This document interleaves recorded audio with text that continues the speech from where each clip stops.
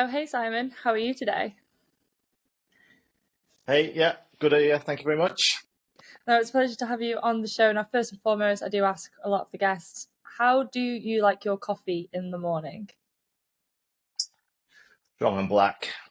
Oh, I like it. Do you know what? I thought when I'm starting this podcast, I thought most people would say like lattes and cappuccinos, but I don't know if that's just the entrepreneur thing, but it's always strong and black, which is what the Tell most you common what, so if you far. asked me that 12 years ago, I would have said a milky coffee. Yeah. But as it happens, I spent 10 years in France, and there it's just black espressos, just straight to the bone. Yeah, That is very, very true. If I ever go to France or go to Italy, I don't have anything else but a double espresso because just sit there and it's with a glass of water, obviously, and it just tastes and hits differently. that's it. So I'm with you. Now, with your profession, I assume you probably needs a lot of caffeine, or I would if I was doing your profession. So what is it that you do, and why do you do it? What was it that I do and why do I do it? So I label myself as a photographer and a videographer. And my niche is kind of growing the business in the niche of fitness photography and videography. So that's things like live events, fitness photo shoots, and as we're moving forward, a bit more content creation for small businesses. But there's other pillars of the business in commercial and wedding photography as well. Now, you have And told me that you consider yourself a sort of a hobbyist. But how did you get into the fitness photography space and the videography space? ooh, so in my old life in the corporate world, I completely neglected my health and fitness in pursuit of an impressive job title and a great salary and a package, living in Paris. And in the eighth or ninth year, I had enough. I was miserable. Money's good, but it's not everything. And that's when I quit, moved back to my hometown here in the UK, and just joined a CrossFit gym. People talk about CrossFit, it's good for the body, it's good for the soul, good for the community.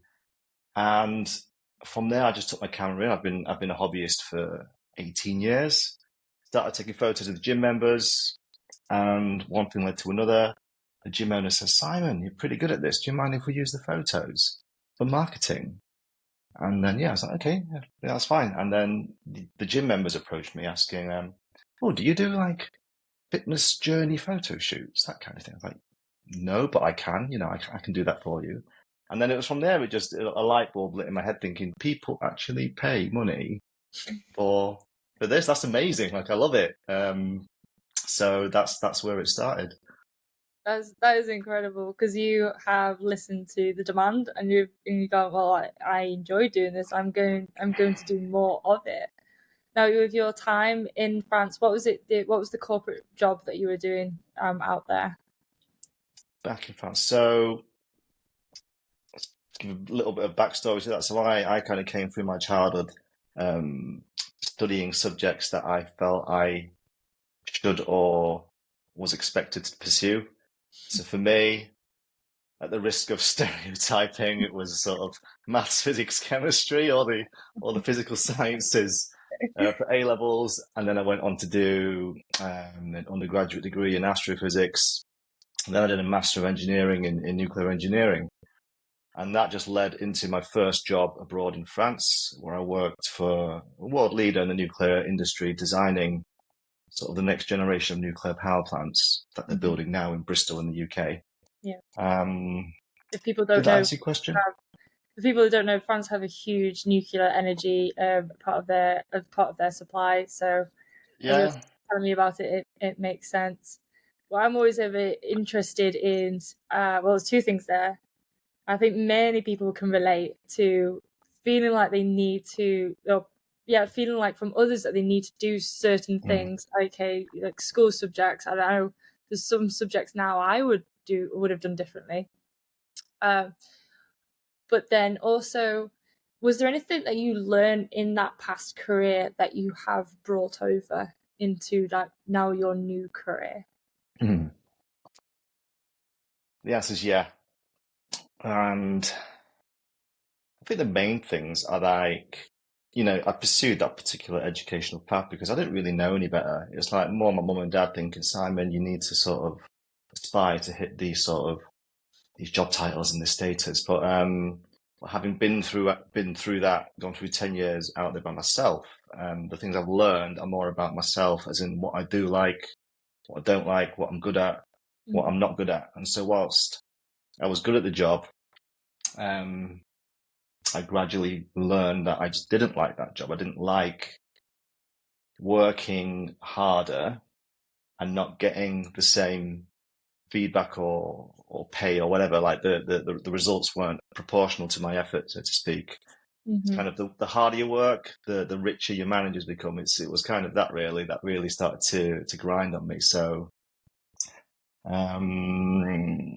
that's the main lesson learned about myself, I'd say. And then what was interesting, you're saying, money isn't everything. I know, certainly, I do have a belief. I can't remember who's also said this. It's not something I originally came up with. It's definitely something I've seen and read, that there's a ceiling of money of which that's it. You don't get more gratification from it. Got enough money for the lifestyle that makes you happy. Was going back to exactly what you were saying. The things that you do like, things that you don't like. You construct and build that life around you. There's no more way, like adding an extra, I'm going to say CrossFit shoe, an extra, anything extra like materialistic on top of that doesn't give you that same fulfillment. And going back to now, just focusing on that fulfillment of your job as a videographer, photographer, what's the difference? What's that feedback? What's that feeling that you're getting now that you didn't have then? Now, it bounces off that thought that money isn't everything, or money isn't the only currency. And I think I did a post on my social media about this a while ago, how I see things differently in that currency, especially in my field. It's not just about the money you get from potential clients, but it's about the people you connect with, and ultimately the freedom to sort of spend the days how I want to. Now, the difference is that in my old line of work, the hours are set as 9 till 5. You're in there. The lunch is at a set hour. Your meetings are dictated for you. The deadlines are set for you. And now, when I go back to that word freedom, not only do I choose when to work, but I choose when those deadlines are. I choose how much to charge people. I choose the artistic sort of flavor I give to my deliverables. And on top of that, I also get to choose how to spend my time as a husband and dad. And that's something I had to make a huge sacrifice for. In my old line of work, I just didn't have that runway after the job to, what I feel, be a good dad. And when obviously a lot of business owners will relate to wanting to be there for the family. And what does that, don't like to use the word balance, but what does that balance look like between running a business and being Simon the dad? It's hard. The balance is hard, and you know what? I can't even describe it. I've tried to do this exercise so many times, and I don't know whether the balance is defined by breaking down the hours of the day, like time blocking, or is it more how you feel? Because I've had a number of business coaches and mentors, and each one has a different take on how to achieve a work-life balance. And so you'll get one person, I've had one person say, no, Simon, it's about blocking these 2-3 hour days, blocks throughout the day, allocating tasks to these blocks. And once you've run out of that time, consider it done. And then, once 5 o'clock comes in, you clock off. And that's the balance. You spend the evening with your family.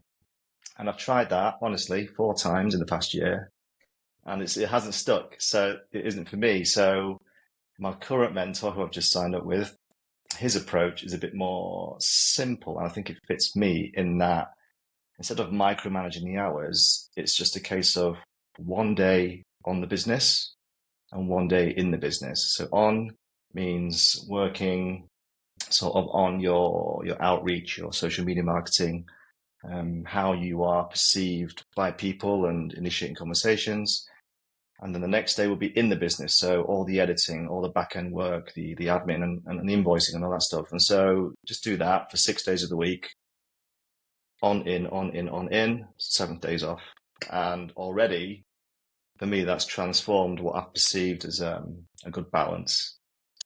Okay, so I don't think I've heard that. So what's that? 6 days on, 1 day days. off. Oh, one and then 1 day off. Yeah. Is that? And I don't presume is that not? It's not like how long is a day in those hours? Again, so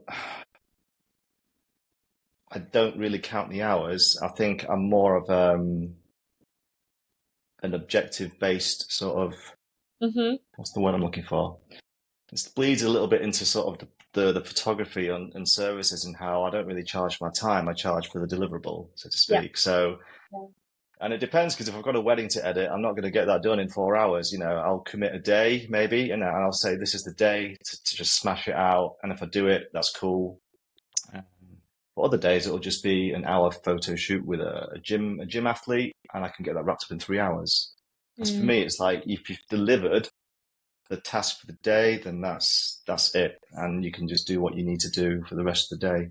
And then I'm glad you brought up this subject, because I know so many people, like you said, where you just see all of these different recommendations of what people should be doing from like Instagram, and like I said, different mentors and different coaches have different approaches. And I like what you suggested. If you've gone, hey, this is what works for me. I'm sure it won't work for everybody else, but I always think if the system has a level of consistency behind it as its core principle, then it's kind of gonna always win, in my eyes. Yeah, I agree. And then I always bring it's going back to the gym or brushing your teeth. If you like, my workout routine definitely wouldn't be for everybody. I know somebody else's workout routine wouldn't work for me, but at the end of the day, I still turn up 6 times a week, and that's the whole point of it, because I know I'm progressing and going forward.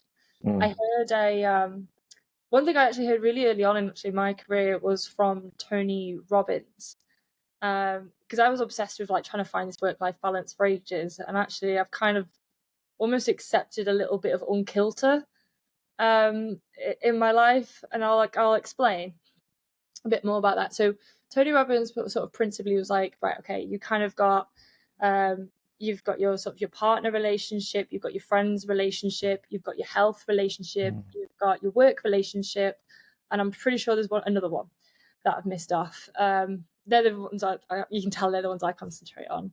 And at different points in your life and different points that you go, like things that you're doing, some of them are going to be a 10, and some of them are going to be a 2.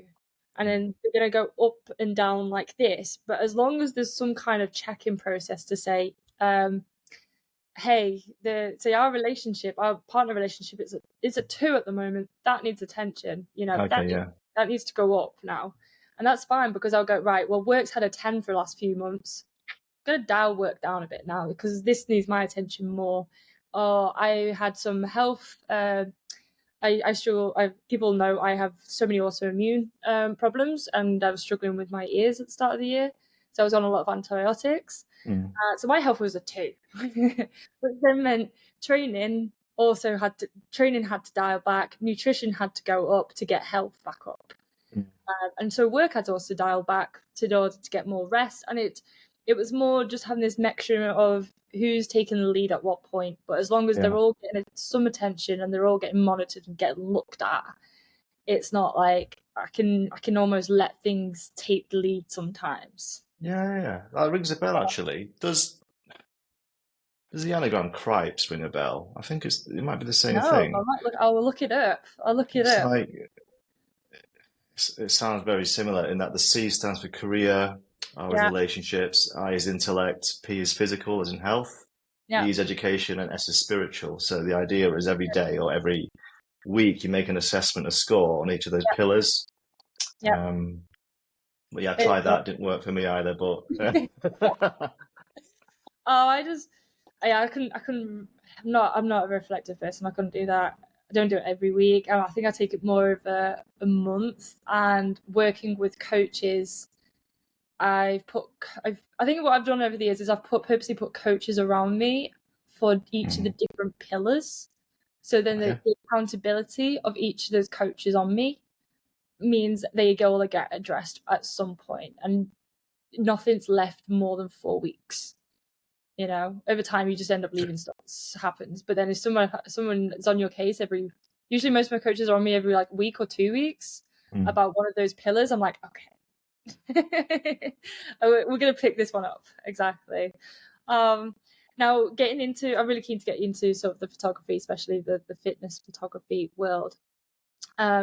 When say you're a fitness brand and you're taking photography for them, or a fitness event is approached you, what are some of the details that you're looking for when taking pictures? My POV as a photographer, as a creative.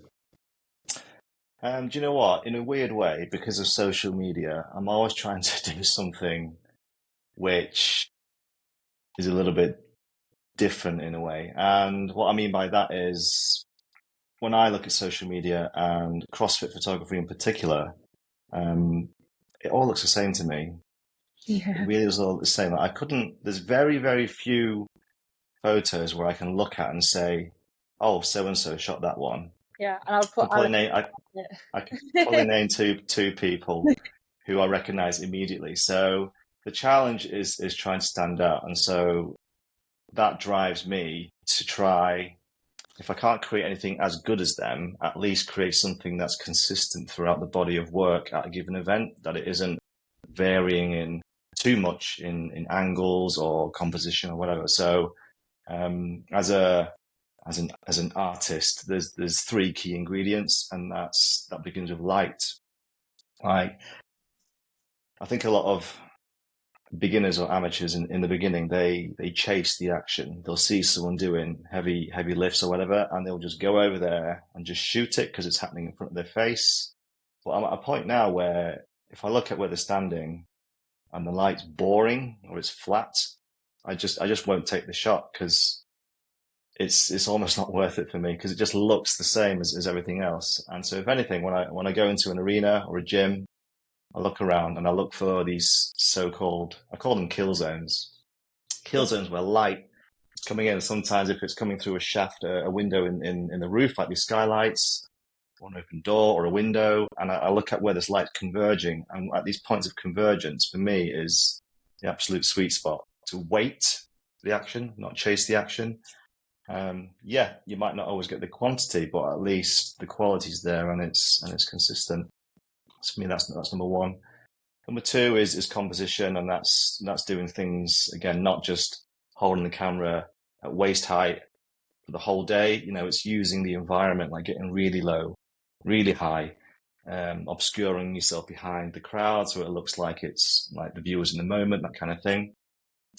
And also using and breaking just the general rules of photography, like, the rule of thirds and all that stuff. And the third aspect is timing. Timing is key, so you can have the best light and the best composition. But if you've missed that lift, if you've missed that triple extension, if you've missed, the box jump, whatever, it's a fail, and it's hard. It's not possible at the time. But if you can tick those three, then that's a banger. That's a banger right there. I know how people who don't know CrossFit, we like move quickly, and if someone, I'm using an example, if someone falls off a box and you take that photo is going to get shared a lot. We've all felt that pain. Yep, agreed. But if you get that photo, like you said, it's a great shot, but then it's so easy to miss it. Is there any ways of which strategies you deploy to increase your chances to get that timing, to get that shot? Absolutely. So when I get other people reaching out on Instagram saying, "Oh, Simon, I love your work. You've got any tips? I'm just trying to break into the scene," that kind of thing. Not that I'm an expert or veteran by any means. I mean, 3 years is quite a short time, but the best thing that anyone can do, or I can do, is just to know CrossFit, like actually do it, so you know what the movements are, you know what a workout operates, you know how people move, you know how people react, or so you can anticipate. So the beauty of CrossFit, unlike weddings, is that CrossFit is super predictable, because if you know the movements, you know exactly where you need to be, where they're going to be, how they're going to move around the equipment. And if you have that knowledge, you can put yourself in a spot to wait for that sort of key moment. So knowledge of the sport is absolutely key in that respect. I mean, I think you make a really, really good point. For any expert who knows the industry and knows the field, you can almost, like you said, you can predict, you can just know the detail of where to look, where you can improve. Now, I know one thing, like you said 3 years, you've been in the industry, you feel like it's still fresh. I think from my opinion, you'll be established. I think I always say year 5, if you pass it, you get past year 5, that's like, okay, that's the badge. That's the badge for a lot of people. But so you describe yourself as a hobbyist, and you're looking forward, you're looking to be more what you'd call professional. Can you explain, like, from your standpoint, what that means and what professional looks like to you? Good question. But just to catch on to your little 5-year thing there, it's quite funny, because I was just chatting to my mentor the other day, and even he says, like, I'm still fresh on the grand scheme of things. He's been in the game for 7 years, and another business advisor told me that maybe 90+% of small businesses fail within the first 5 years or something like that. So there's something there about the 5-year mark. That's why I still consider myself fresh, because I'm still not there with that badge you've just mentioned, but I'm going to get there. So that's why it's the badge, because 95% of small businesses don't make that 5-year mark. So any business gets past that 5-year mark, they should go out for dinner, go celebrate, have your way of celebrating, go and get a physical badge or a trophy. It's a goal, it's a landmark that should be celebrated. Yeah, absolutely. So going back to your question, the whole hobbyist versus professional thing. So this all started out as a hobby, and looking back, the way I conducted myself, thinking I wanted to be a full-time CrossFit photographer, was very hobbyist. And what I mean by that is that when people start out, they'll take photos, they'll edit them, and they'll just post them on Instagram because it's cool. Right? CrossFit's cool. It gets likes, but knowing what I know now about what it means to be a service provider as a professional, like, you can't just post photos and expect business to come. So when I'm talking about the difference between hobbyist and professional, it's not the photo itself, it's how you use the photos, how you use your content to market yourself as a solution provider. So I could post the best photos from the biggest comps in the country, but if there's nothing in the caption, for example, to educate people as to why this photo matters or what it can do for them, then for me, that's the distinction between a hobbyist and a professional. And so now with my mentor, I'm working on just focusing the content game so that it's not just about posting the photos, but it's posting photos and saying how this helps businesses. I think that kind of answers your question. Feel free to pick. I'll summarize. When your story will feel very similar to many people who have started a business, because it was, like you said, it was something that you did in your spare time for, you say, 18 years, because you enjoyed it, you were passionate about it, you got a lot of fulfillment out of it. And now what we call it's actually a part of what's called the hedgehog model, where you've got the passion and the skills at the top. You've added an economic engine to it. You've monetized the money behind it, which then now, as soon as you do that, that's what comes the business. And I always like this question, because it's very much a mindset thing. On, you're just taking something, you get fulfillment about it, but now you're thinking, well, how do I make it more profitable? How do I scale this? How do I still keep that fulfillment and enjoyment? And these are all the operational questions that are really people consider as the super dull, super boring parts of business that doesn't go on Instagram.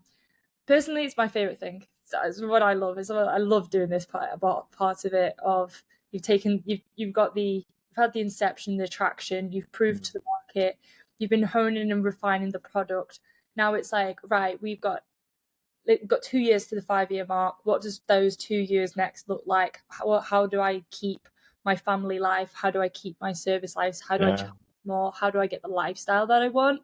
And it's like, okay, let's ask these questions and let's work back. How do we kind of get there? And you focus then on, okay, well, for a photographer, putting out content is seen to be is a must for you guys, because the content you're doing is your product as well.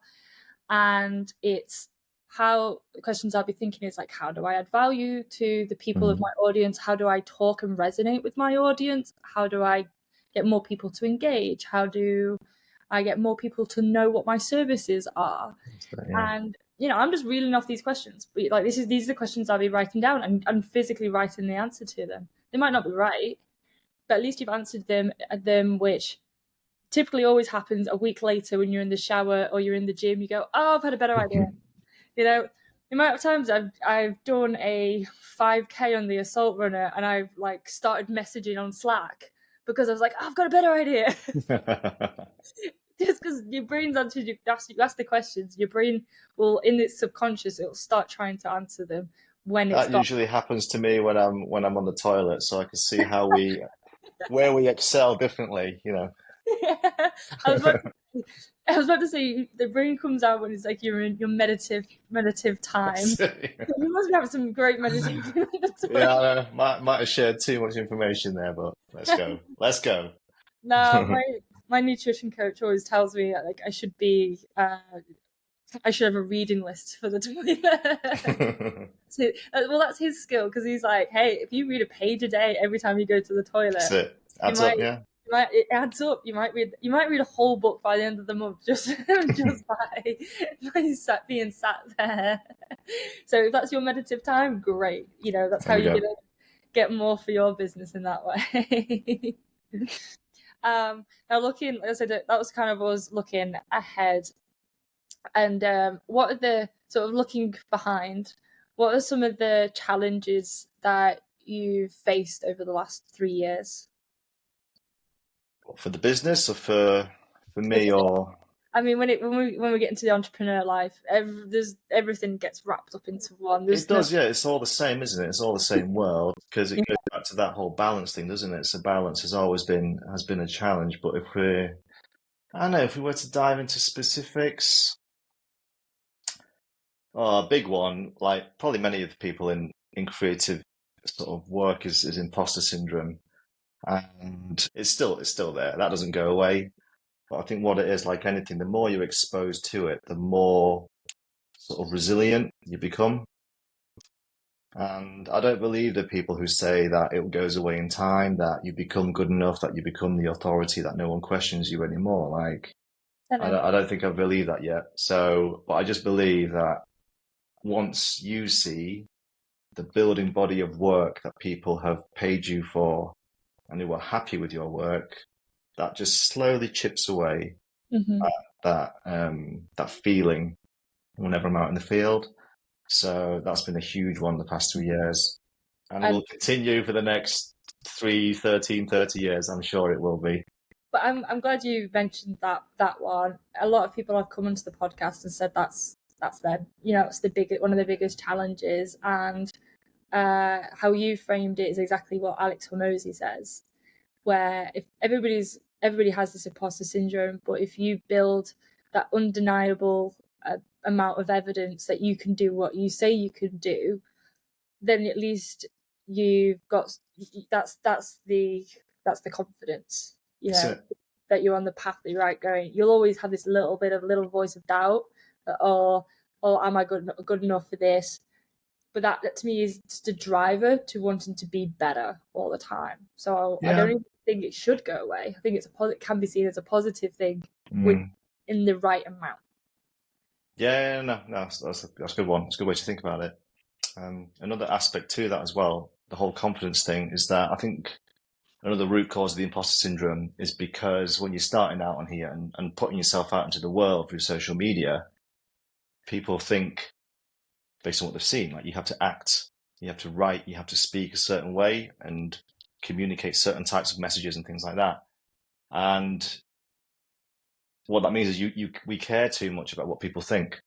We care too much about opinions when the opinion of someone is just, it's nothing to do with us. Like they're just fabricating this perception on the tiny percent that they know about us. You know what I mean? Yet we somehow let that consume a lot of us, in and out of professional and business work. But that can be quite crippling. And it was like that at the beginning. I was putting the photos out, and it was almost like using the likes as a measure of how good the photo was. And I didn't know it back then, but obviously the whole liking and engagement thing is just an enigma in itself. It's a crazy, weird machine that works out there.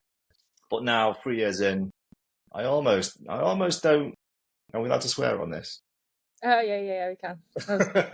I just don't give a fuck anymore. Like I'll put the stuff out there, and if it's done with intent, if I know what the aim is of my actions, then the right people are going to see that. And anyone else who doesn't like it or resonate with it, then they just need to look elsewhere. It is what it is. So You should definitely check out Tim Ferriss and Chris, I think it's Wilt or Willis, and their podcast. They've made this decision, and now they got huge followings, and they've made a decision where they've gone, hey, this is my house, this is my social media. If exactly. you don't like it, go somewhere else. There's plenty out there for it. And they've actually actively started blocking and removing. And people can don't disagree with it, but like you said, it's their house. They can do what they want. Yeah.